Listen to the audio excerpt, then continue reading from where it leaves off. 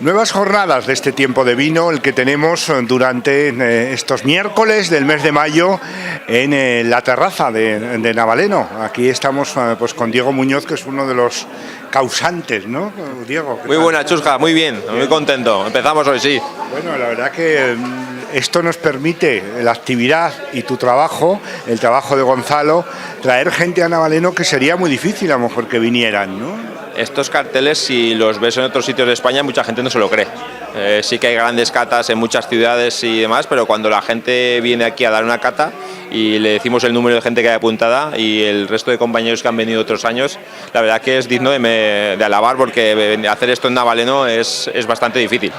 Vamos recorriendo diferentes denominaciones de origen, diferentes países también, ¿no? Efectivamente, no solamente es traer lo de siempre, que ya hace mucho que eso se hizo aquí, sino jugar un poquito con las denominaciones de origen de España, con los tipos de vino, los estilos, blancos, tintos, cava, champán, espumosos de otras zonas, incluso Jerez, como hemos traído alguna vez, sino hacer un recorrido por otros países, como decías, esa vía internacional, que justamente es la que se nos abre y que va a ser una cata muy chula, muy didáctica. Nos acercamos un poquito a Francia también, ¿no? Efectivamente, esa zona desconocida para muchos, que mucha gente cree que o no beben porque creen que son muy caros, y no tiene por qué ser así. Incluso vamos a ver cosas muy chulas que mucha gente, si coge una carta de vinos, nunca pediría, y se lo vamos a acercar hoy.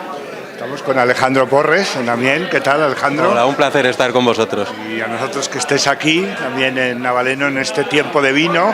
Además, Alejandro, que viene de Vinos Únicos, ¿no? Propiamente, ¿no? Sí, es una empresa que nace justo este año, hace 25 años, en Burgos, una ciudad que está bastante cercana, y la verdad que siempre ha buscado el productores pequeños que realmente se hagan vinos representativos de la zona, y por eso ese nombre de Vinos Únicos.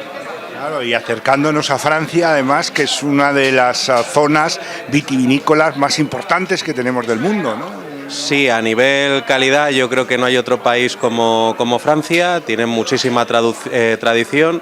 Hoy vamos a probar 6 vinos, 5 blancos, 1 rosado, y vamos a ir pasando sobre todo en los blancos por las zonas más históricas que tiene el país respecto a los vinos blancos. Alejandro, ¿por qué nos gusta tanto el vino bueno, el vino de calidad? ¿Por qué se está mejorando tanto el vino, ¿no? Pues yo creo que hay 2 factores. Uno, que es que a todos nos gusta lo bueno, ¿no? En cuanto nos das algo mejor, siempre tendemos a ello que a lo que es peor. Eso es, yo creo que para todo el mundo, una regla universal. Y luego es que las nuevas generaciones beben menos cantidad de vino. Se ha perdido esa generación que va todos los días al bar a buscar una copa de un Ribera, un Rioja, pero sí que es una generación que se gasta más en vino y está mucho más abierto a probar vinos de diferentes denominaciones y diferentes países. Podemos decir que hemos aprendido, ¿no? en ese aspecto, ¿no? Sí, yo creo que hemos aprendido, y sobre todo nos hemos abierto a que no lo que tenemos cercano es mejor, sino que hay muchos tipos de vino, queremos conocerlo y queremos viajar un poco también a través de ese vino. Hoy hablamos del presente, pero ¿cómo están los proyectos, iniciativas? ¿Cómo te mueves, Alejandro, por ahí de cara al futuro, ¿no? Pues bueno, yo creo que tenemos un reto, que es el cambio climático, que está afectando mucho a todo el viñedo. Hay zonas, Arlanza por ejemplo, que está en Burgos, que sí, o el País Vasco, que siempre tenían problemas de maduración, que ahora no los tienen, pero hay otras zonas que si ya vivían al límite, como puede ser la Borgoña, ahora tienen heladas primaverales que en los últimos 10 años han recogido 1 o 2 añadas en condiciones. Entonces vamos a ver un poco cómo evoluciona. Con ello nos quedamos, le seguiremos de cerca también. Pues muchas gracias, Alejandro. Un placer a vosotros. Ya, Diego, pues seguiremos hablando de estas jornadas. Sí. Jornada. Invitamos a todos los oyentes de Tu Voz de Pinares a que se animen a venir, que aún hay plazas disponibles las 3 próximas semanas, y aquí estamos. Pueden escribir a Gonzalo a través del Instagram o directamente aquí si se acercan a Navaleno a tomar algo, y invitarlos a todos a venir, a todas esas gentes de Pinares a descubrir y decir una cosa, que si en un pueblo se quiere, se puede, ¿vale? Es importante. Lo dice él también, que están sacando adelante un proyecto de gastronomía muy interesante. Pues nada, aquí seguiremos, ya saben, en este tiempo de vino, invitándoles a todos a que participen, que es algo que no se tienen que perder. Pues, bienvenidos un año más a 13 años ya de, si mal no recuerdo, miro a veces el cartel, no me acuerdo, de tiempos de vino aquí en la terraza del Bon, ¿vale? Gracias un año más por confiar en nosotros, por venir. y espero bueno, que veros en las sucesivas catas, que podáis venir por tiempo, por trabajo, etcétera, etcétera. Nada, y eso, pues daros las gracias como decía, y espero que este año es un poquito diferente como todos los años. Intentamos jugar un poquito con las diferentes personas que vienen a vernos. El año pasado ya el listón lo dejamos muy alto, y este año os presento a Alejandro. No sé si alguno lo conocéis.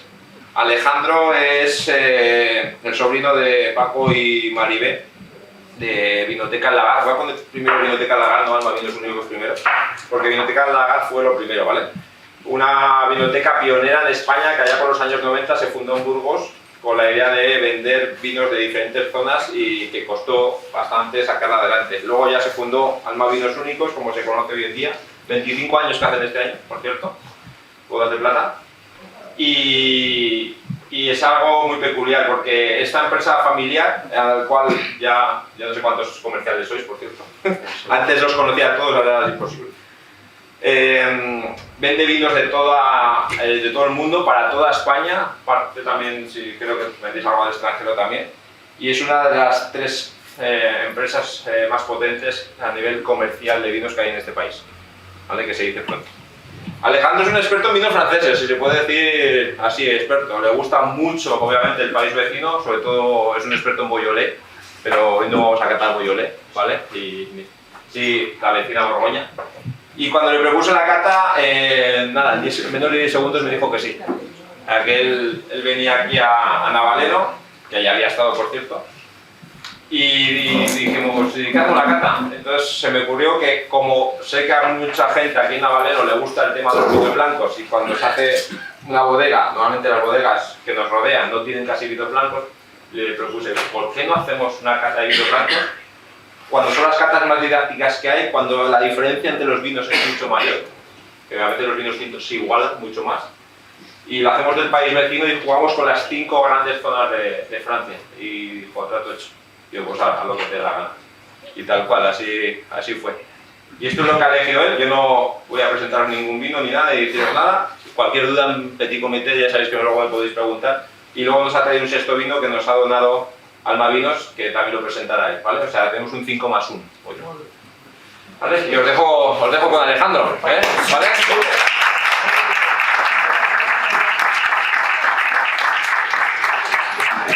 Pues muchas gracias, un placer estar con Diego, lo conozco ya de hace muchos años, de haber comido muy bien en La Lobita unas cuantas veces, y la verdad que muy contento porque la verdad que yo en Burgos soy de Burgos, soy muy de un pueblo de la carretera Camino de Rioja que se llama Belorao, que es muchísimo más grande que este pueblo y cuesta mover a la gente. Y ver que en un pueblo como este se ha movido tanta gente para una cosa así, pues la verdad que es para que estéis todos muy orgullosos y muy contentos.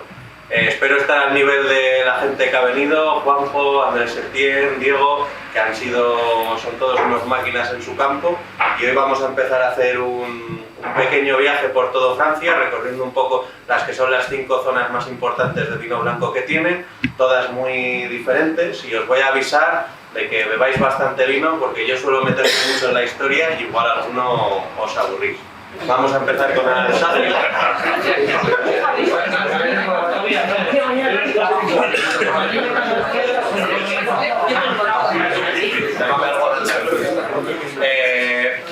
Os pongo un mapa, un poco las 5 zonas que vamos a ver, que son Alsacia, Loira, Borgoña, Ródano y Burdeos. Este sería el mapa de Francia. Vamos a empezar con Alsacia, que está aquí arriba. Geológicamente es la zona más interesante del mundo. A nivel vinícola está justo entre 2 fallas. Si os fijáis en toda Europa, las sierras están todas horizontales, no hay ninguna vertical. Esta es la única de las pocas sierras que hay que son verticales en Alsacia.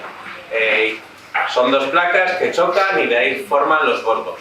A nivel histórico es una zona muy importante porque fue el comienzo de la Primera Guerra Mundial. Los alemanes y los franceses se pelearon por Alsacia y Lorena.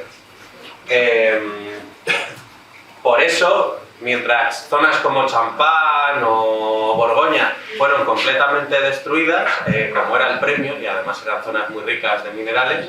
Ni Francia ni Alemania lo tocaron, ni hubo bombardeos, ni ningún tipo de destrucción. Sí que es cierto que aunque sea una zona francesa y lo que se hable allí sea francés, si alguna vez tenéis la oportunidad de visitarlo, los nombres son alemanes, las variedades que vamos a tomar ahora son alemanas, todo es alemán. Es una mezcla un poquito rara como país. De hecho, su dialecto suena más a alemán que a francés, aunque te hablen en francés. Este vino está hecho con 5 variedades: Riesling, Gewürztraminer, Pinot Gris, Sylvaner y Muscadet. Son las 5 grandes variedades que tiene la zona. Aunque normalmente se hacen monomarietales, esta bodega, que es una de las más antiguas de la denominación, ha recuperado el cupás, que eran cupás de todas esas variedades que se hacían para hacer un vino mucho más amable y fácil de beber. Por eso se llama gentil. Normalmente, no sé si alguna vez tiene la oportunidad de probar la variedad Riesling, son vinos muy ácidos, muy perfilados, con un tono dulzón que enmascara un poco esa acidez tan potente que tienen. Las Riesling y las Gewürztraminer que hay en Francia son totalmente diferentes.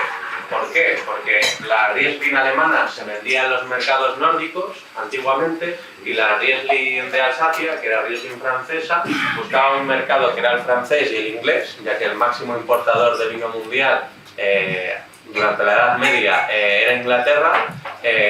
Buscaban vinos más gastronómicos que emparejasen mejor con los platos con los que comían, en lugar de vino únicamente para beber mientras estaban por ahí pasando frío en los países nórdicos, me imagino. Bueno, vamos a pasar, os voy a poner un mapa donde se ve perfectamente la región. Como podéis ver, es una región muy finita, está justo en la falda de los Vosgos. Para los que hayáis visto pelis de Steve McQueen en la Segunda Guerra Mundial, no hay casi montañas, es todo planísimo, las montañas están mucho más lejos.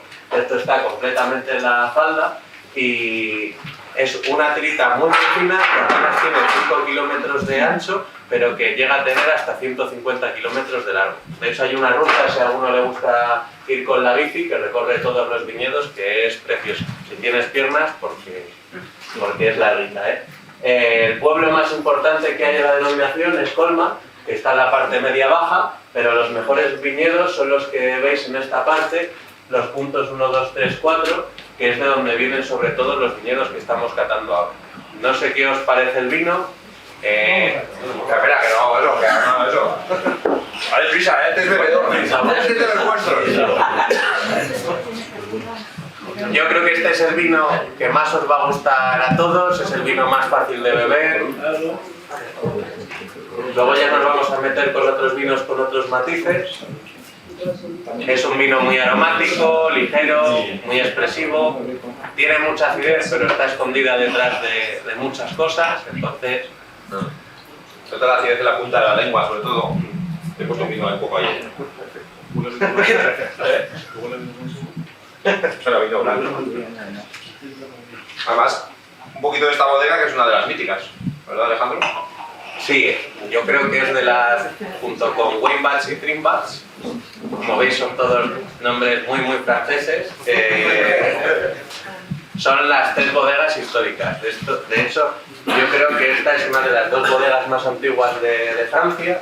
Es una familia que todavía mantiene en Colmar la tienda, que tiene ya 2-3 siglos, para que veáis la antigüedad de la bodega, y que se ha mantenido todavía en las manos familiares. Sí que es cierto que ha crecido mucho, entre comillas, que ya no tienen solo los viñedos alrededor del pueblo, sino que han tenido la opción de ir comprando más viñedos al norte. Además, son los pioneros en recuperar un poco ese cupás del que hablamos antes. Si viajáis a Alsacia, vais a encontrar sobre todo monovarietales, principalmente de Gewürztraminer y de Riesling. Y ahora, antiguamente en la Primera Guerra Mundial se dejó de hacer, se ha vuelto a recuperar los cupás en los que se mezclan las 5 variedades. Creo que hay ya 5 o 6 bodegas que lo hacen, pero la pionera en recuperar esa forma de hacer el vino ha sido esta. Que es muy importante porque si no se hiciese este tipo de cupás, las otras dos variedades, quitando Riesling y Gewürztraminer, las otras tres variedades empezarían a desaparecer, porque no tendrían uso dentro de la denominación. Entonces, pues es una forma también de tener variedades que han sido importantes a nivel histórico en la zona. No sé si tenéis alguna pregunta, ¿qué os parece el vino? Este vino no es, para hacerlo así, un resumen, lo que acaba de decir Álvaro, no es lo que te da, que te huele muy a viñito, ¿no? A viñito blanco, de las variedades muy perfumado y tal, sino lo que te deja en la boca, que sobre todo te deja el pozo del lugar de donde viene el suelo y con la acidez sobre todo que marca la Riesling.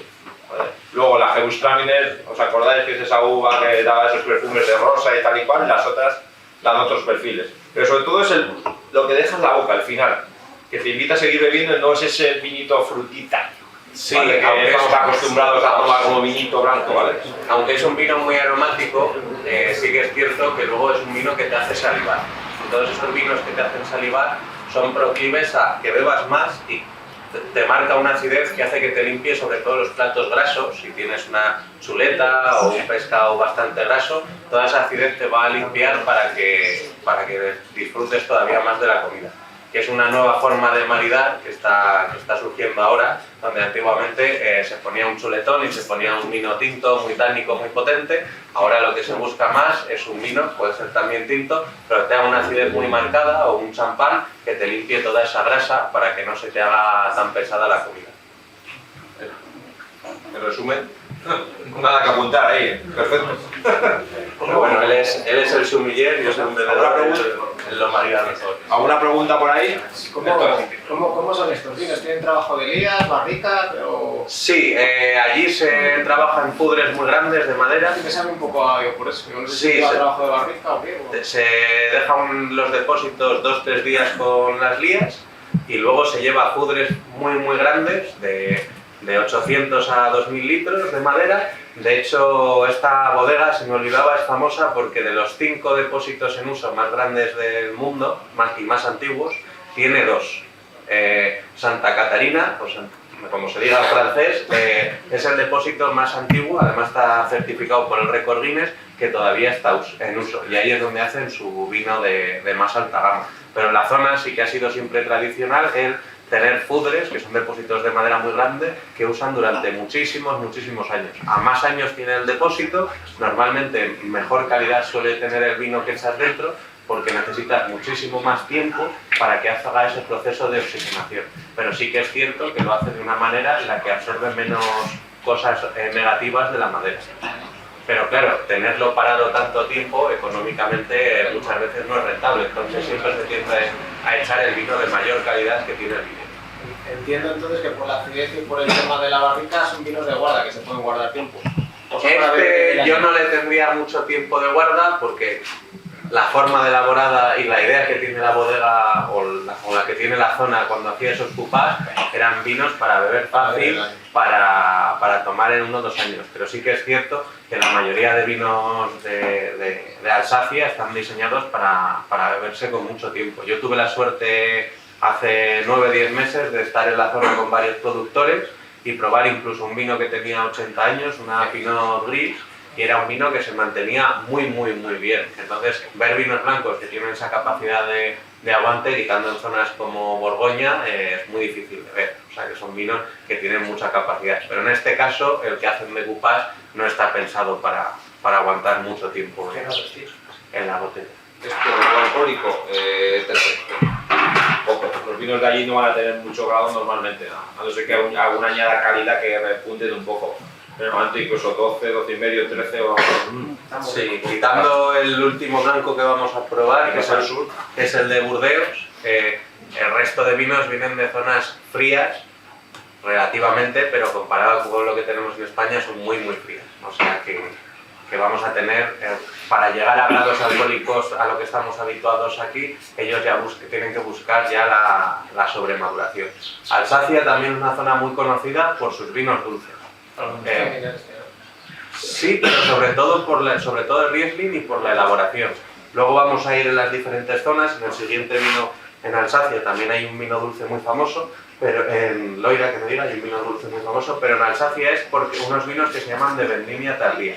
Es decir, dejan la uva mucho tiempo en la viña, se va pacificando un poco y ahí lo recogen de una forma que se ha perdido un poco el líquido que tiene la uva, se concentran los minerales y de esa forma obtienen vinos con mucho más azúcar. Pero la verdad que son raros de ver porque no es una zona muy fría, sino, bueno, si lo veis, si os acordáis del mapa anterior o si lo veis en este pequeñito, es quitando Champagne y Chablis la zona más al norte que tiene Francia. Además está protegida por los Vosgos, que justo al otro lado estaría la Selva Negra, entonces es una zona que concentra mucha humedad, que no tiene vientos, poca exposición porque tiene un monte, una sierra enorme al lado, entonces le suele cubrir mucho tiempo del sol y por eso es difícil encontrar vinos dulces por la zona. Pues pasamos a la siguiente zona de Francia. Para mí es una de mis zonas preferidas, ya en blanco y tinto. Diego odia los tintos de esta zona. El Loira, para que lo ubiquéis, es el río más grande que hay en toda Francia. Cruza desde Nantes hasta prácticamente el otro extremo del país, cruzando todas las landas. Y como es tan grande, está dividido en 8 zonas, pero lo vamos a dejar en 3, para que simplificar un poco las cosas. La primera zona sería todo lo que hay alrededor de Nantes, que se llama País Nantes.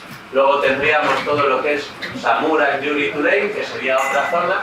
Y luego tendríamos lo que llaman el centro, porque ya está en el centro del país, que es lo llaman el centro de Loira. En la parte de más afuera, cerca de la desembocadura, es sobre todo conocida por sus vinos blancos, se llama la variedad melón de Borgoña, aunque no tiene mucho que ver con Borgoña, porque en Borgoña ya no encontramos esa variedad. En 1400, sobre el año 1400, lo trajeron los mercaderes holandeses a la zona, porque se vendía muy bien, se gustaba mucho. Hubo una helada muy fuerte y fue la variedad que mejor se mantuvo frente a la helada. Eso hizo que todo el mundo empezase a plantar melón de Borgoña. Se llama melón de Borgoña porque todo el racimo son uvas muy verdes, muy comprimidas y te da la sensación cuando lo ves en persona de lejos que pues es cercano a un melón. Si pasamos a la siguiente zona, que sería la que está entre verde y naranja, sería Saumur. La zona más interesante a nivel de calidad del Loira. Ahí predominan 2 variedades. En blanco la Chenin Blanc, que es la que vamos a probar, y en tinto la Cabernet Franc. Y luego tendríamos la zona de morado, que está un poco distribuida ya por todo el país, por todo el centro del país, que ahí sobre todo los vinos blancos que vamos a encontrar allí son de Sauvignon Blanc. A nivel histórico, tras la Guerra de los 100 años, muere Leonor de Aquitania y se produce la Guerra de los 100 años, que dura 99, no 100. Pierden los ingleses contra los franceses, todo esto era territorio inglés. Seguro que todos habéis visto Robin Hood y que hablan del rey Corazón de León. Era un rey inglés y francés, porque realmente, aunque era rey de Inglaterra y parte de Francia, había nacido en Francia y nunca llegó a pisar suelo inglés. Pierden la Guerra de los 100 años y los franceses deciden embargar los puertos de Burdeos y Nantes, que eran los 2 puertos más importantes que tenía Francia. Por embargar quieren decir que se prohíbe el comercio con los ingleses.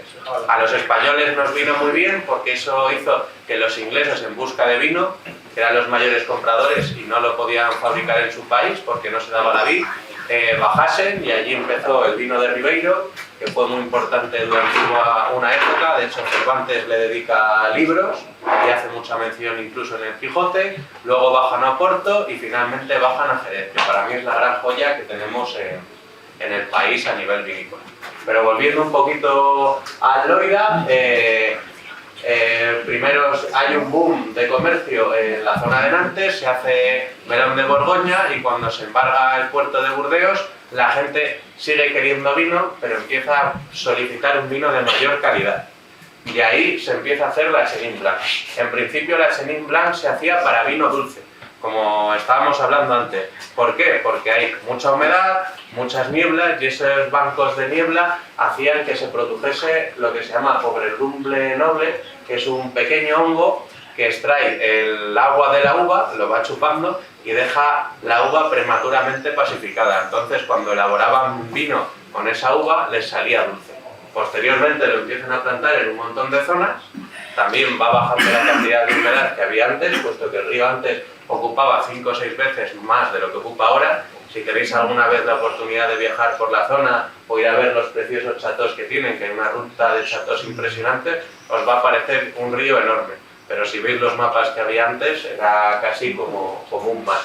Y es cuando empiezan a elaborar la Chenin Blanc ya como vino tranquilo, sin vino dulce. En el caso de este productor, Rocher de Violets, el chico se llama Charles Xavier. Para los que os guste un poco los cómics, tiene el nombre de un célebre superhéroe. Es un chico que nace en el sur de París, se enamora perdidamente de su chica y su gran sueño era hacer champán. Como es imposible comprar una viña en Champán, no sabemos cómo, acaba en el Loira.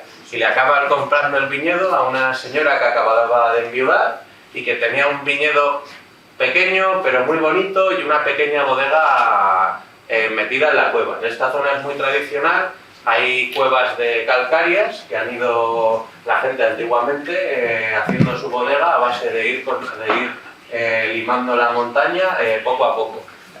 Por necesidades del negocio, la cueva era muy pequeñita, era pues, para su consumo propio, deciden ampliarla. ¿Qué es lo que pasa? Que al ampliarla descubren que durante la Segunda Guerra Mundial habían lapiado un montón de paredes para esconder el vino que se producía en todo el pueblo. Y allí empiezan a descubrir botellas incluso del año 1850, 1880. La verdad que es un proyecto muy interesante.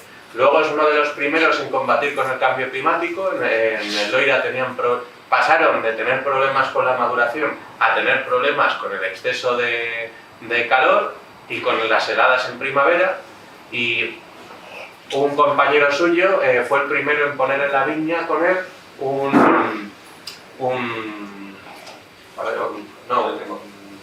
ventilador. Un ventilador, vamos a decir, un aerogenerador, no me salía. Pero yo cuando lo vi me dije, un aerogenerador para 1 hectárea de viñedo tiene que ser un trasto enorme. El trasto tenía la altura de esas estufas. Yo me quedé, la verdad, que alucinado. Pero luego cuando ves la fuerza que hacen con las alas, pues es impresionante. En cuanto al vino, vamos a ver un vino que sigue manteniendo la acidez. Nosotros en la empresa, culturalmente, siempre buscamos, si es representativo de la zona, siempre buscamos vinos con mucha acidez. Nos parece que son más gastronómicos y normalmente, porque para tapar esa acidez con muchas variedades blancas, lo que estás haciendo es un trabajo en bodega, no estás siendo representativo de la zona.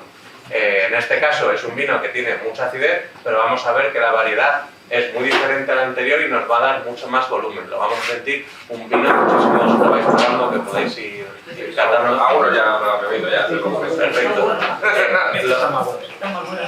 Lo podéis ir catando, va a ser un vino que es mucho más ácido. Mucho más gordo, más aceitoso, más cremoso. Tiene toda esa sensación, sabor sápido, ¿no? Y la acidez, sobre todo, pues la tienes más marcada más arriba, no como los anteriores, que se da por toda la boca. Esto es la Chenin Blanc, una uva noble de Francia, de las consideradas grasas. Sí, yo creo que quitando el trabajo que se hace en bodega, para mí esta es una de las uvas que más volumen le da. Sí que es cierto que luego te puedes ir a otras zonas. Cuando hablemos de Borgoña, es conocido la zona noble de Borgoña por 2 pueblos. Sí que hay un pueblo donde los vinos en Mexol son muy grasos, pero realmente esa grasa no te la aporta la variedad, te la está aportando el suelo. Aquí tenemos un suelo que es marcado por el resto oceánico que se queda hace millones de años, pero no es un suelo que marque mucho la uva, porque es un suelo que sí que es cierto que tiene una ventaja, que deja un montón de cayú, que son pequeñas piedras blancas que quedan sobre la superficie, un poco imitando, entre comillas, al suelo de Jerez o al suelo de Champán, que refleja mucho la luz, que siempre le ha venido muy bien para buscar esa maduración en la viña, pero realmente no es un suelo que tenga las características para marcar mucho una variedad como la Chenin Blanc, quitando algunos pagos.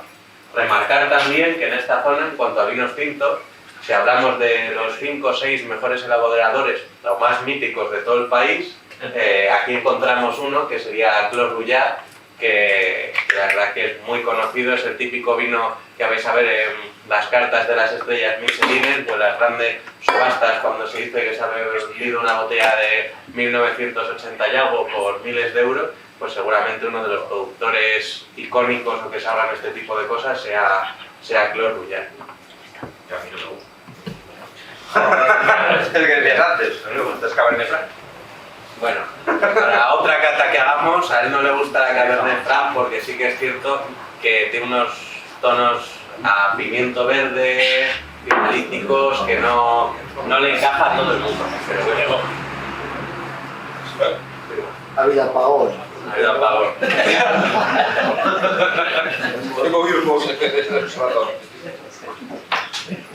No sé qué os está pareciendo el vino, os gusta mucho más que el anterior, preferís que los vinos sean más directos, os gusta este que es un poquito más ancho. A mí este que es ¿A ti te ha gustado más el anterior? Este también. ¿Alguien que le guste más el anterior?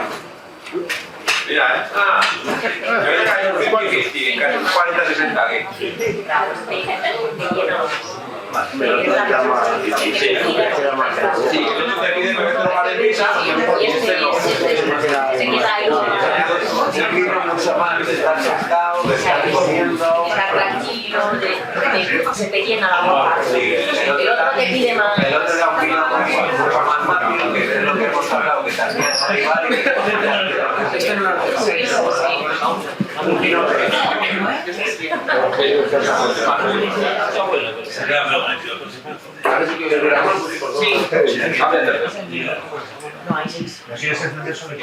Pasamos a la siguiente zona, aunque Diego haya dicho que soy un experto y un enamorado de Beaujolais, realmente en lo que se ha especializado toda mi familia y la empresa en la que trabajo siempre ha sido la Borgoña. La Borgoña ahora mismo tenemos la suerte en la empresa, que nos ha ido muy bien, que se ha convertido en la meca del vino. Estos son modas, pasará, o sea que hay que aprovecharla, pero bueno, hace 20 años cuando empezaban mis tíos, más, en el 87, casi 40, lo que estaba de moda era el Burdeos. De hecho, el poco vino extranjero que se vendía en España era siempre de Burdeos, que era además lo más parecido a los grandes riojas que teníamos aquí. En Borgoña hay muchísimo vino blanco, hay dos variedades, la que predomina en cuanto a vino blanco y más importante es la Chardonnay, que seguro que todos la conocéis, y luego hay una variedad muy pequeña que se llama la Ligote. Hablaríamos de tres zonas en cuanto a vino blanco. Hay una zona que es esta que está en el cuadrado, que parece las Islas Canarias, que se llama Chablis. Allí todo lo que se produce es vino blanco, el 99% de lo que se produce es además Chardonnay. Sale en un cuadrado porque está lejos de esta tirita, sino que está mucho más arriba, justo debajo de champán. Luego, en la zona roja y amarilla de arriba del todo, que se llama la Côte d'Or, la ladera de oro, esas dos partes juntas, que sería la parte de arriba la Côte de Nuit y la parte de abajo la Côte de Bord, son la parte noble. Cuando veáis algunas películas como puede ser Nuestros días en las Borgoñas o alguna, sobre todo cuando lleguen las elecciones francesas que van a llegar pronto, siempre se habla de los precios del viñedo de Borgoña. Y siempre que se habla de los precios del viñedo de Borgoña, se habla de estas cosas. Yo me acuerdo que cuando el Barça perdió a Neymar a favor del PSG, pensaba que decían cuando perdió el Barça. Yo lo iban a hacer, Yo soy del Barça, o sea que no hablemos de nada. Eso digo, no del fútbol. Bueno, no se puede ver el fútbol.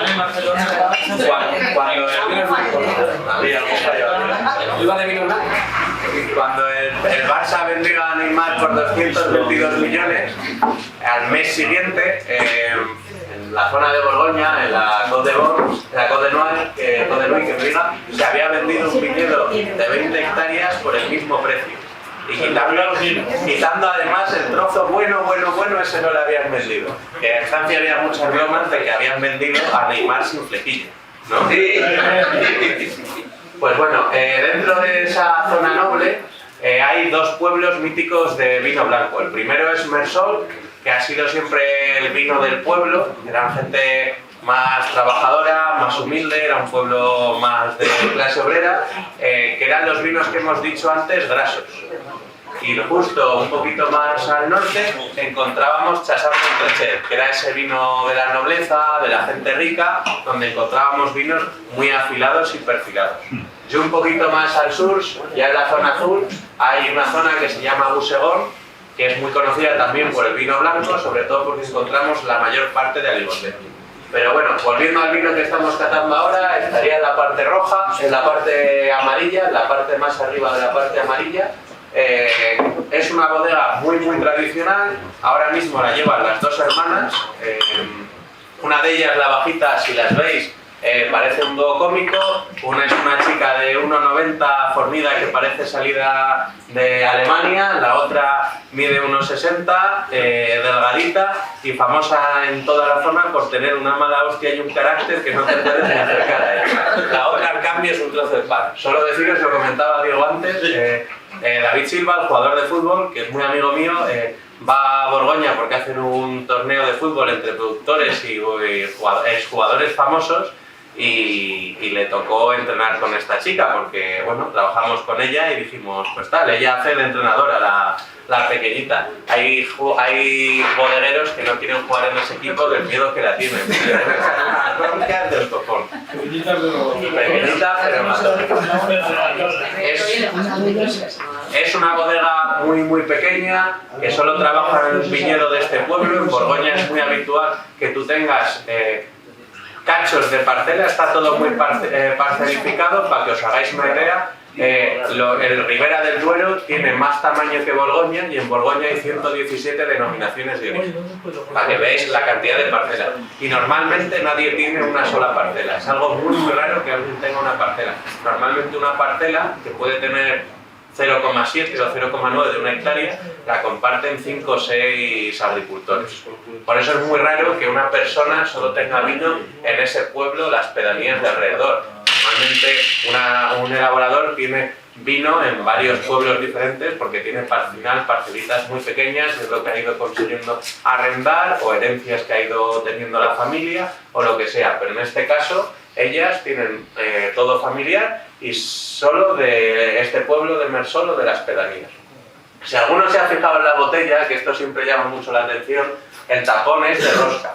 Aquí en España lo del tapón de rosca está muy mal visto, mal considerado, siempre es como para vinos de baja calidad, ¿no? De bajo presupuesto. Pues no, de hecho, de todos los vinos que vamos a probar hoy, este es el más caro, de lejos, para que os hagáis una idea. ¿Por qué el vino tiene rosca? Porque este vino está diseñado para tomarse en 3 años, 4 como máximo. El corcho en 4 años no te aporta nada. Lo único que te puede dar es un problema. Que el corcho tenga una enfermedad y se la transmita al vino. Además de que fuera de España, sobre todo en el mercado estadounidense, la rosca está muy bien vista, porque si el vino no lo vas a guardar, para el camarero es mucho más fácil abrirlo haciendo así que teniendo que hacer todo el espectáculo con el sacacorcho. Además de que volvemos a lo mismo, no sabéis, yo trabajo en una distribuidora y lo tengo que vivir en primera persona, pero la cantidad de botellas que al final tienen un defecto por culpa del corcho. Cuando es totalmente innecesario, en ninguno de estos vinos se hubiera tenido que poner un corcho, porque no están preparados para un consumo para tener 5 o 10 años, donde realmente el corcho empieza a hacer un efecto de microoxigenación. De hecho, si nos vamos a los grandes vinos de Borgoña, los que las cartas cuestan 1.000 euros o 2.000, empezamos a ver corchos sintéticos. Es decir, tiene unas fibras de carbono que hacen la microoxigenación y el resto es una goma. Sí, de sponsor, por ejemplo. Hay muchos elaboradores que lo empiezan a tener. De hecho, hay un elaborador también de la zona de Borgoña que tiene una serie en Netflix que se llama Logan Sponsor. Lo que en la serie de las falsificaciones. Vino agrio, es la traducción. Agri-Bean. No.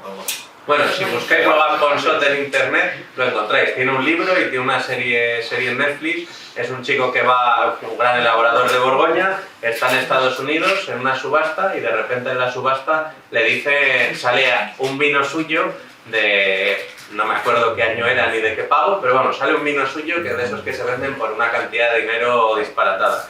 Y de repente él se levanta y dice, es que ese vino no es mío. Y dicen, ¿cómo que ese vino no es tuyo? Es que yo no compré esa viña hasta pasados 5 o 6 años después del año de la botella, o sea que ese vino no lo he podido hacer yo. Y a través de eso, con el FBI, desenmascaran una red de falsificación de botellas. Pues ese fue el primer hombre en empezar a usar estos corchos modernos, que son totalmente acrílicos, sintéticos, en los que realmente se hace la microoxigenación y está garantizada, pero que realmente el corcho no le transmite ninguna enfermedad a la botella. ¿Hablas del diam? No. El diam es sintético, no hay ningún tipo de microoxigenación. ¿Qué corcho pones? Hay unos corchos raros de ver todavía, pero son de goma, y dentro de la goma tiene una especie de fibras que hacen la microoxigenación. Por ejemplo, el diam, que muchos lo habéis visto, que es un corcho de goma, hace el mismo efecto que hace la rosca. Queda mucho más bonito para el mercado español, pero realmente el efecto es el mismo que este. El tema es que quieras de comer a los cocheros españoles, ¿o qué? ¿O no? Pero el diam no les da de comer. Ya, por eso digo, bueno, que al final el corcho está bien. Bueno. Sí, el corcho está bien, yo creo que... Yo soy pro rosca. Yo soy pro rosca, pero... Bueno, al final los vinos de rosca en Jerez se han llevado siempre. Sí. Y nadie ha dicho nada. Una manzanilla, un fino va con rosca. Y nadie dice nada. ¿Por qué? Porque estaban preparados para el mercado anglosajón, sobre todo. Entonces ya en el sur nadie te dice nada. A no ser que sea un gran vino de la bodega de Jerez que ya llevan tapón corona, que son los tapones de corcho con una coronita de plástico encima. Sí, que realmente no hacen nada, tampoco, no firman nada. Una también metacrilato, sí. El plástico, bueno, ahora los hay de cristal, de todo. De hecho, en Borgoña, que ahora es yo creo que es donde están todas las modas y todo, hay una bodega muy conocida, se llama Arnoente, que elabora todo el vino en cristal. Y de hecho, la última vez que le visité estaba tan rayado con el tema de los sabores que dijo que iba a quitar el corcho porque también le daba sabor a su vino. Ya esos son yo creo que movidas que tiene cada uno en la cabeza. Sí, de la izquierda, si quieres profundizar. En el caso de este vino, hablando un poquito de la elaboración, en Borgoña se usan barricas, pero todas de varios usos. Es muy raro encontrar barricas nuevas, quitando algún productor de los históricos, y cuando tienen barricas nuevas no la tienen en más de un 25%. Y sobre todo los blancos sí que encontramos sobre todo madera de varios usos. No se hace un poco de trabajo con batonage y nada. Se prensa, normalmente hay prensas en las propias viñas, o si no se prensa en la bodega. Son normalmente pueblos muy pequeños que están todos rodeados por viñedos, y tú lo llevas a tu bodega, o si no, como son bodegas todas muy pequeñitas, hay muchas veces que el propio pueblo tiene una prensa para comunitario. De hecho, en las grandes heladas que hay de Borgoña, que a mí eso es algo que siempre me ha parecido muy bonito, las fotos son impresionantes, se plantan pequeños fuegos al lado del viñedo, cientos y miles de fuegos. Eso lo hace Carrovejas ahora. Eso lo hace Carrovejas. Lo hace, sí, lo ha copiado literalmente Carrovejas, pero tú no cuidas de tu viña. Es decir, como tú tienes muchísimos cachos divididos en un montón de pueblos, a ti te toca una zona y tú tienes que ir a cuidar esa zona. Puede haber viñedo tuyo o no puede haber viñedo tuyo.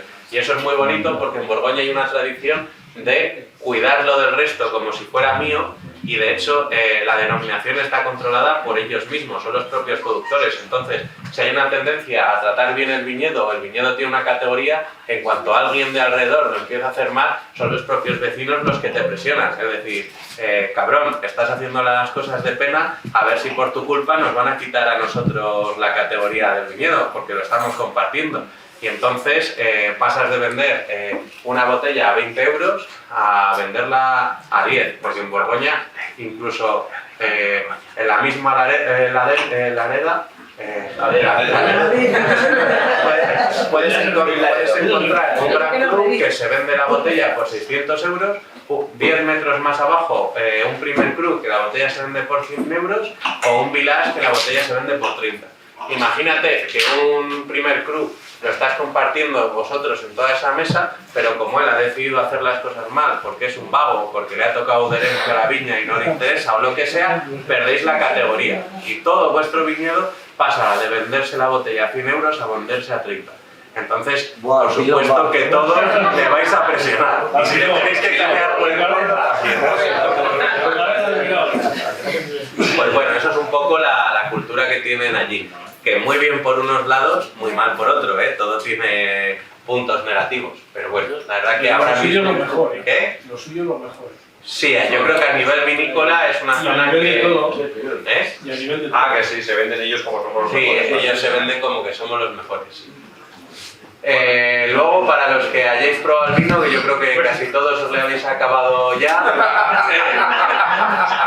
Os han dicho antes que bebiéramos mucho. Ya, es que ya os he dicho que os iba a pegar una etapa importante.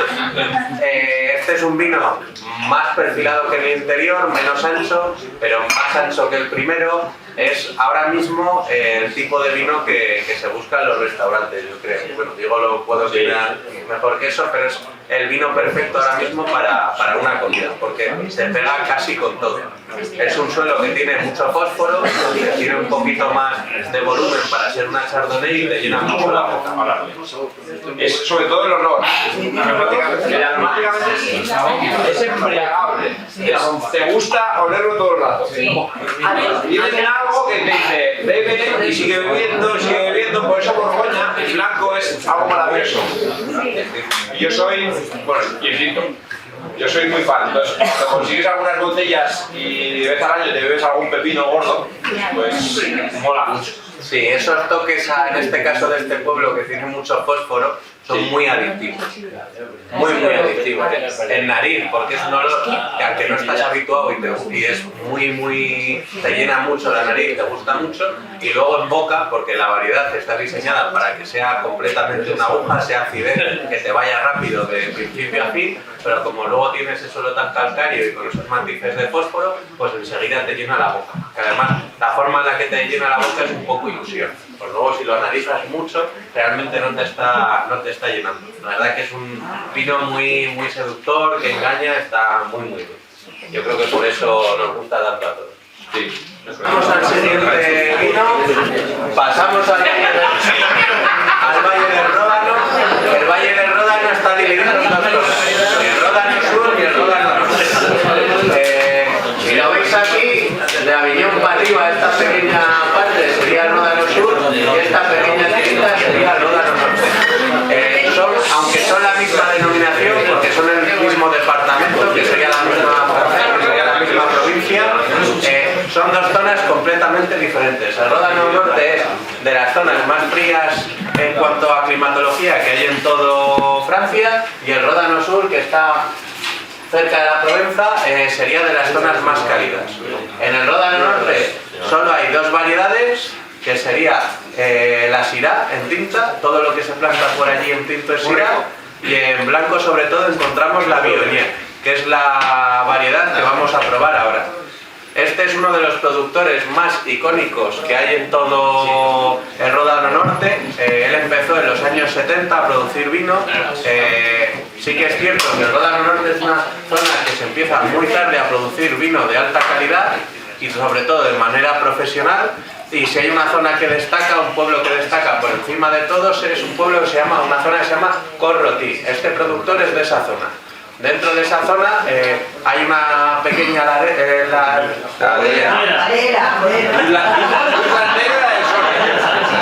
que se llama la Côte de Blanc. Y es posiblemente la zona de mayor calidad que tiene todo el Ródano Norte. Pues este viñedo sería la parte más baja de toda esa ladera.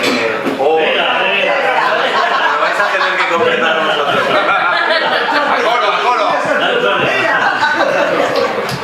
A nivel histórico es una zona, ahora que se ha muerto el Papa, muy importante. ¿Por qué? Porque quitando Roma, el único papado que ha habido fuera de Roma es el de Aviñón, que duró 60 años. Seguro que a muchos de vosotros os suena. Durante 60 años a un papa le salió de las narices mover el papado a Francia, también por muchos intereses políticos, sobre todo de los ingleses y los franceses, que en ese momento, bueno, como siempre, estaban en una guerra bastante potente. Lo que pasa es que, bueno, que la presión popular al final, en las guerras que hubo, lo volvió a mover a Roma en cuanto se murió este papa, que se murió enfermo, envenenado, no se sabe muy bien qué. ¿Sabes de todo? ¿Ha visto el niño que viene del estudio? Ya lo creo. No era muy buen estudiante yo, y gracias a que se movió ese papado, fue una zona donde realmente el vino cogió otro protagonismo. ¿Por qué? Porque se empezó a usar en un montón de ceremonias eclesiásticas. También es el vino usado por la Iglesia Ortodoxa. ¿Por qué? Porque era un vino que no tenía nada de azúcar y en los países como Rusia no le gustaba a los niños. Si vais catando el vino, A 2:30, de hecho. estos vinos son muchos más alcohólicos, aunque tampoco le vais a notar tanto. Tiene mucho más grado alcohólico que un vino tinto, pero no vais a notar ese super grado alcohólico. ¿Por qué? Porque es una zona fría. El alcohol no lo consigue como puede ser en zonas como Castilla-La Mancha por tener una sobreexposición al sol. Todo lo contrario, el alcohol está consiguiendo porque la uva está en una zona muy fría y la dejan mucho tiempo para que realmente llegue a una maduración óptima. Además está en unas zonas con unas laderas impresionantes, circulan muchos vientos, entonces la planta está continuamente enfriándose con esas corrientes.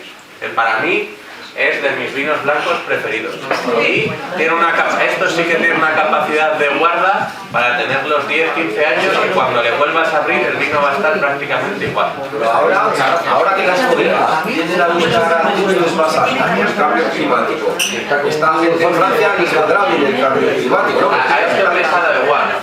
A esta zona en concreto les ha dado igual. En el resto del mundo, porque ha aumentado mucho la temperatura, sí que se está buscando esa altitud por dos factores. Uno, porque a más altitud más se expresa la planta, es decir, necesita trabajar más, busca más minerales y las raíces profundizan más, así que se nutre luego mucho mejor. Y dos, por el tema de las exposiciones. Si tú estás yo ahora que he estado en Villarrobledo, en este tipo de zonas, que la viña es completamente plana, esté donde esté el sol le está dando a la planta. Si tú estás en una siempre va a haber un lado, se lo dirá Paco. Siempre va a haber un lado del que estés protegido. Entonces son muchas horas de luz que le quitas a la planta. En Francia siempre habían tenido problemas con lo contrario, buscaban horas de luz. Pero ahora no, ahora todo el mundo se quiere evitar las horas de luz que puedas. De hecho, antiguamente en la Ribera del Duero se buscaba la orientación sur. Y Vega Sicilia, cuando te enseñaba la bodega, siempre te enseñaba una parte del viñedo que no era el mejor de la bodega. ¿Por qué? Porque el de la orientación norte estaba mal visto. Y ahora es la parte del que sacan pecho. Y hay muchas zonas de la Ribera del Duero de Soria que están consiguiendo mucho valor o han vuelto a ser reconocidas precisamente por las orientaciones y por la altitud que tienen. Ahora mismo hemos vivido una mentira de que la Ribera del Duero era toda maravillosa porque era todo calcáreo y porque todos estaban, que digo, joder, yo siendo de Burgos, tú coges el coche y yo no veo a todo el mundo a esa altitud. Veo muchos viñedos, de hecho la mayoría están por debajo. Y ahora, apretando el calor como lo está haciendo y con las horas de luz que hay, pues estamos viendo que realmente el viñedo interesante es el que encuentras en algunas zonas de Burgos, ahí en Cumiel del Mercado y tal, y sobre todo en Soria se están encontrando viñedos muy interesantes que han sido desprestigiados por mucho tiempo y las orientaciones norte. De hecho, el otro día visitando Aza, habían recuperado todo el viñedo orientación norte que Alejandro Fernández lo había dejado en su momento porque eso no terminaba de madurar y ahora es lo mejor que tiene la bodega, lo están recuperando las hijas y las nietas. Entonces tenemos que valorar un poquito eso y vosotros yo creo que ahí tenéis también que valorarlo porque tenéis mucha suerte. Nosotros en Burgos tenemos una denominación que creo que estuvo Andrés bien aquí, que es Arlanza, que ha pasado de ser el vino tonto o de la Ribera del Duero, el hermano tonto, a ser una denominación que tiene un potencial increíble. Pero porque ha pasado de ser vinos que no había gente que los hiciese bien, pero que además tenían problemas de maduración, a ser vinos que ahora están siempre en su momento perfecto. Pero bueno, volviendo a este vino, la Viognier además, quitando la Gudenter, que es una uva que está en el pico de Alemania, que está con Alsacia y con Suiza, que es la más vieja del mundo. Esta sería de las más viejas. Su origen es croata y se dice que en el año 200 a.C. un emperador romano la trae a Francia. Y en algún momento, no se sabe cómo, es asaltada o pasa algo y se termina quedando en la zona del Ródano Norte. Se cree que es asaltada porque había unos maleantes que se llamaban Condrieu, que es el que le da el nombre a la zona una de las zonas más importantes del Ródano Norte, y por eso se cree que la asaltaron y se quedaron ahí. Pero fue hace tantos años que tampoco hay, todo lo que queda son escritos, tampoco se sabe mucho el porqué. Para los que os les habéis estado catando, de los 4 que llevamos, ¿cuál ha sido el vino que más os ha gustado? El primero. Señor el alcohol, pero sabe muy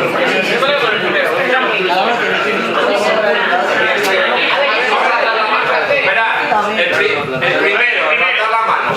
No, el primero es 5, 6, 8, por ahí lo veo. Sí, 8. El 25%. El segundo.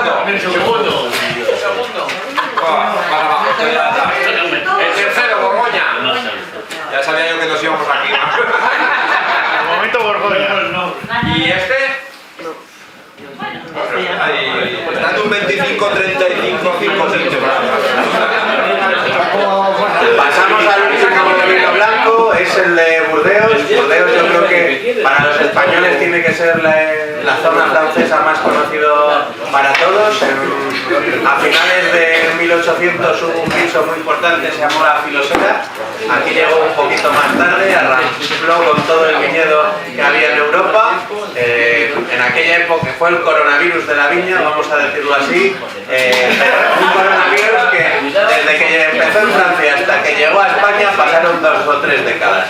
¿Qué pasó en ese tránsito? Que los franceses vinieron a España a comprar uva. Ahí empezó a hacerse el cava y es cuando en Rioja empiezan a hacer el vino en un modo francés, entre comillas, porque copiaron lo que les dio la gana. Para los de Burgos es un tema muy importante porque después de ir a Rioja intentaron ir a lo que ahora es Ribera del Duero y haciendo las vías del tren encontraron el yacimiento de Atapuerca y se paró toda la obra. Burdeos está dividido en 4 zonas, pero sobre todo en 2, que serían al norte del río y al sur del río. En cuanto a vinos blancos, sobre todo hablamos de la Sauvignon Blanc, que es el vino que vamos a probar ahora. Esta bodega, que se llama Lins, pertenece a la familia Caces. Allí todas las bodegas y chateaux pertenecen a grandes familias y normalmente todas son extranjeras. En este caso es una familia irlandesa de origen extranjero.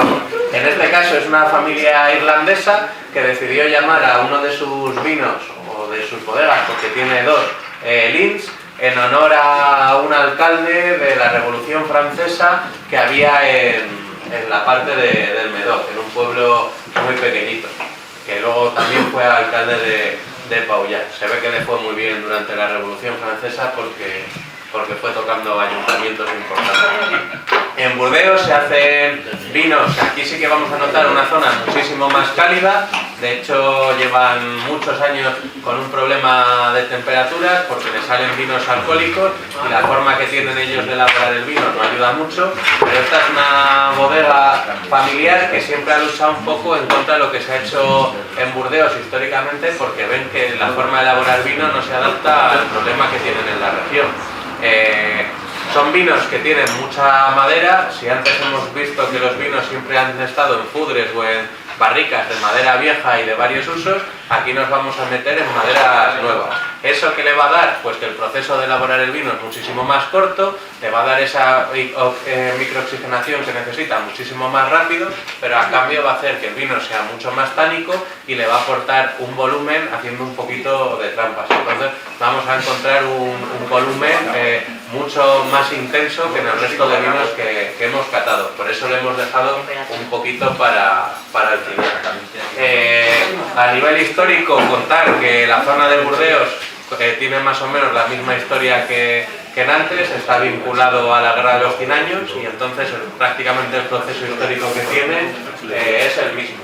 históricamente ha sido la zona más importante de viñedo de Francia hasta el comienzo de los 2000, que cambió la moda y empezó a ser Borgoña, pero tuvo tanta repercusión, sobre todo por un catador de vinos que se llamaba Robert Parker, que puntuaba muy bien siempre los grandes vinos de Burdeos, que empezó a hacer que todos los vinos de Francia y muchos del mundo empezasen a parecerse a Burdeos. Gracias a Dios empezó a haber una contracorriente, sobre todo a través de un escritor del Loira, el segundo vino que hemos conocido, que escribió un libro que se llama, porque la gente es muy humilde, Yo salvé al mundo del vino de la parkerización. Él solo con su libro ya cambió toda una tendencia mundial.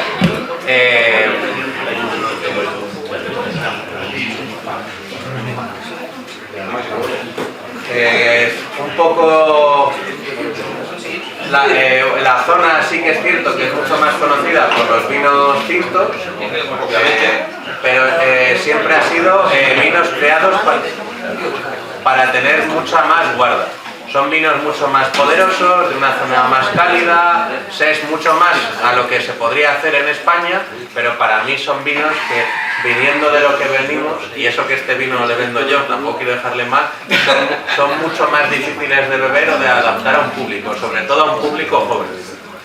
Los jóvenes buscamos vinos más fluidos. Yo lo que más me sorprendió más que más suaves, más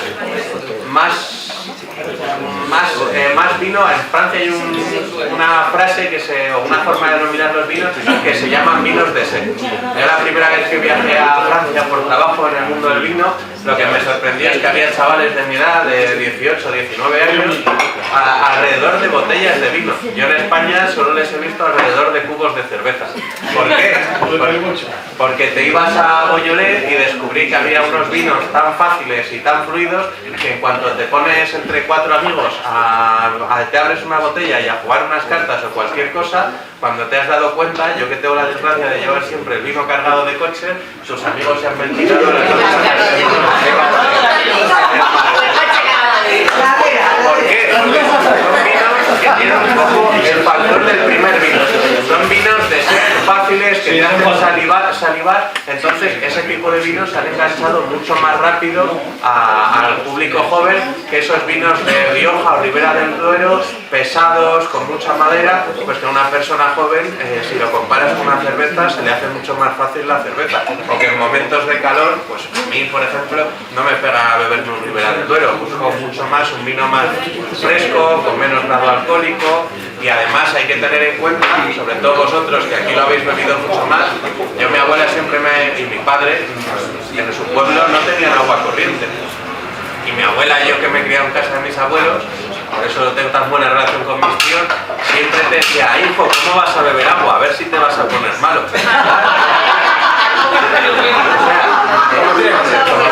¿Por qué? Porque ellos bebían mucho vino, pero de un grado alcohólico muy bajo. Y yo creo que al final estamos ahora en un momento de renacimiento del vino que estamos volviendo a tender a eso, pese a que el cambio climático no ayuda a hacer ese tipo de vinos.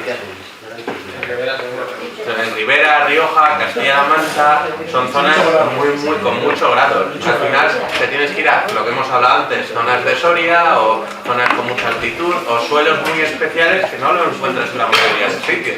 Al final, si tienes un suelo muy calcáreo, pues seguramente puedes elaborar un vino más fino, pero realmente eso es difícil de encontrar, no lo hay por todos los lados. Y luego, cuando tú no sabes hacer un buen vino, tiendes a meterle mucha madera. Incluso en España había una época que estaba de moda los chips, porque le daban sabor a madera. En Francia la madera es un defecto, porque tú usas la madera para enmascarar lo que es realmente el vino. Tú quieres que el vino te transporte a un lado y sea representativo de una zona. Si le estás metiendo madera, en realidad le estás tapando todo eso.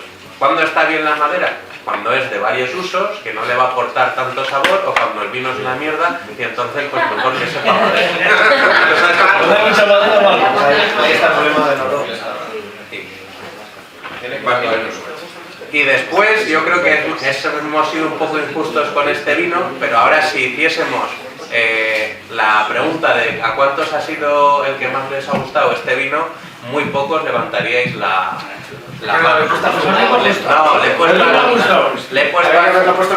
puesto al final, pero vienes de vinos que son mucho más fáciles, muchos más fluidos, que tienen una acidez más interesante, que son más aromáticos. Al final este es un vino más tradicional, que está muy bien, es muy representativo de lo que se ha hecho siempre en la zona, pero que realmente tampoco tiene tanto como el resto, no tiene nada que te destaque, no tiene nada mágico, no tiene nada... Es un vino que no tiene errores, pero tiene menos aciertos que el resto. El sabor que decías es un sabor más tradicional, que al final sí que tienes el repunto más de la madera, de la boca.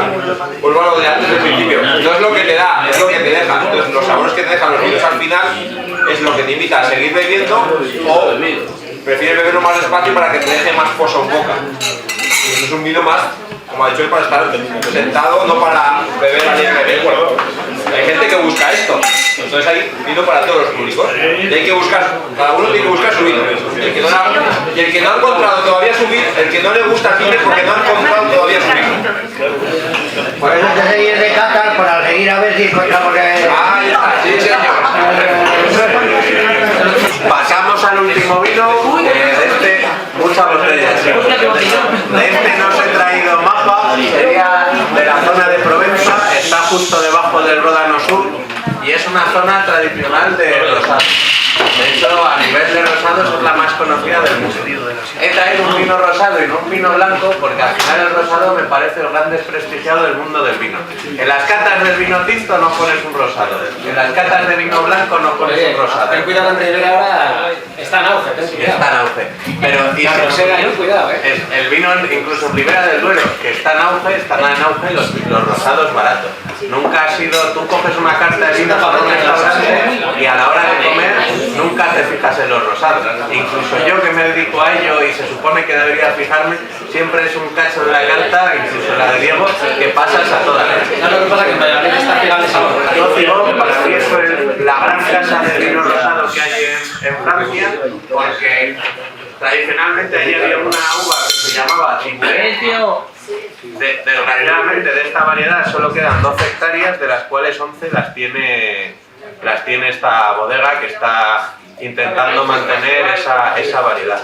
Al final, como en todas las zonas que han sido más comerciales, porque el rosado es un vino que siempre ha costado vender a un gran precio, se han terminado plantando viñas que eran mucho más productivas. Entre las que podríamos tener aquí, como Garnachas, como Monastrell, que en Francia tienen otros nombres, pero es con lo que se termina haciendo los rosados de esa zona.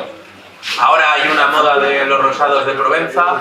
Si alguna vez os vais de vacaciones o ponéis callejeros viajeros, veréis que en ciudades como Marbella, cuando veis a los rusos o a los ricachones, toman mogollón de rosado de Provenza, porque es algo muy distintivo, tiene un precio, la verdad es que no muy caro, pero bastante superior a los rosados normales de Ribera del Duero, y luego es un sabor muchísimo más fresco, que se acerca más a las tendencias que hay. ¿Qué? Más suave, más fluido, más vino de sed, como lo quieras decir, que se acerca mucho a las tendencias de los vinos nuevos. Y luego han descubierto otro mercado muy importante, que es el que yo llamo el de las abuelas. Yo a mi abuela, cuando le dabas este vino, le encantaba. ¿Por qué? Porque le recuerdan a los vinos que bebían tradicionalmente antes, en el día a día, en el campo, en ese tipo de labores, que eran vinos tintos, pero con poco color, con poco grado, que se habían hecho en cántaras, etcétera, etcétera.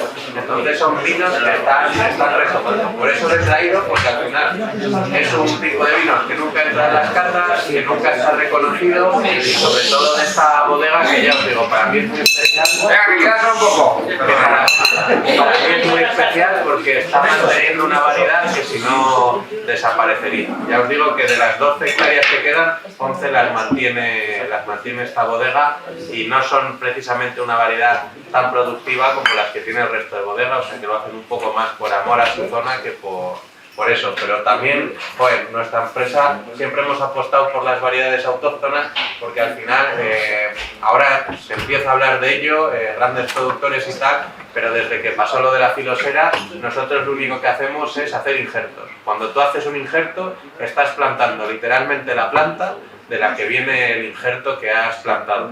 ¿Qué ha pasado? Que llevamos más de 100 años sin que las viñas hayan tenido evolución. ¿Qué quiere decir? Que por mucho que tú tengas las viñas en un sitio, al final las vas a volver a hacer un injerto y vas a volver al punto desde el principio. Las plantas no están teniendo hijos como se hacía cuando había pie franco. Entonces es todavía más importante mantener las variedades autóctonas de la zona, porque realmente esas plantas sí que han estado cientos de años en ese suelo adaptándose al entorno. Yo creo que dentro por suerte no lo voy a ver yo, pero dentro de 200 años, si sigue cambiando el clima, pues el mundo del vino va a desaparecer, porque ya hay muchas zonas, en Italia sobre todo, han empezado ahora a tomárselo muy en serio, porque hay muchas variedades que ya no consiguen adaptarse a la climatología.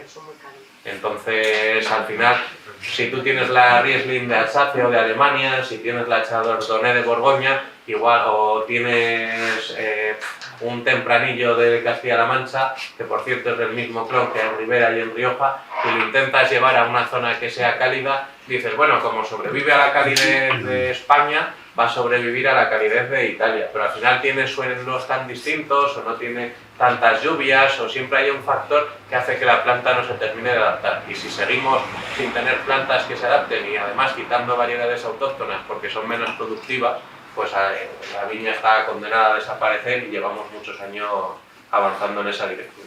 Y bueno, yo con esto ya os dejo la cata, que creo que soy un cliente pensado, y espero que hayáis disfrutado todos mucho y hayáis aprendido de otras zonas de Francia, que yo creo que normalmente catamos menos. Ya le dejo a Diego que... Pues nada,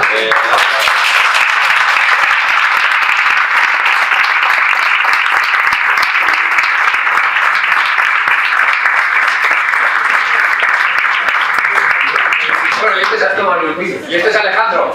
un libro abierto, ni más ni menos. Eso digo.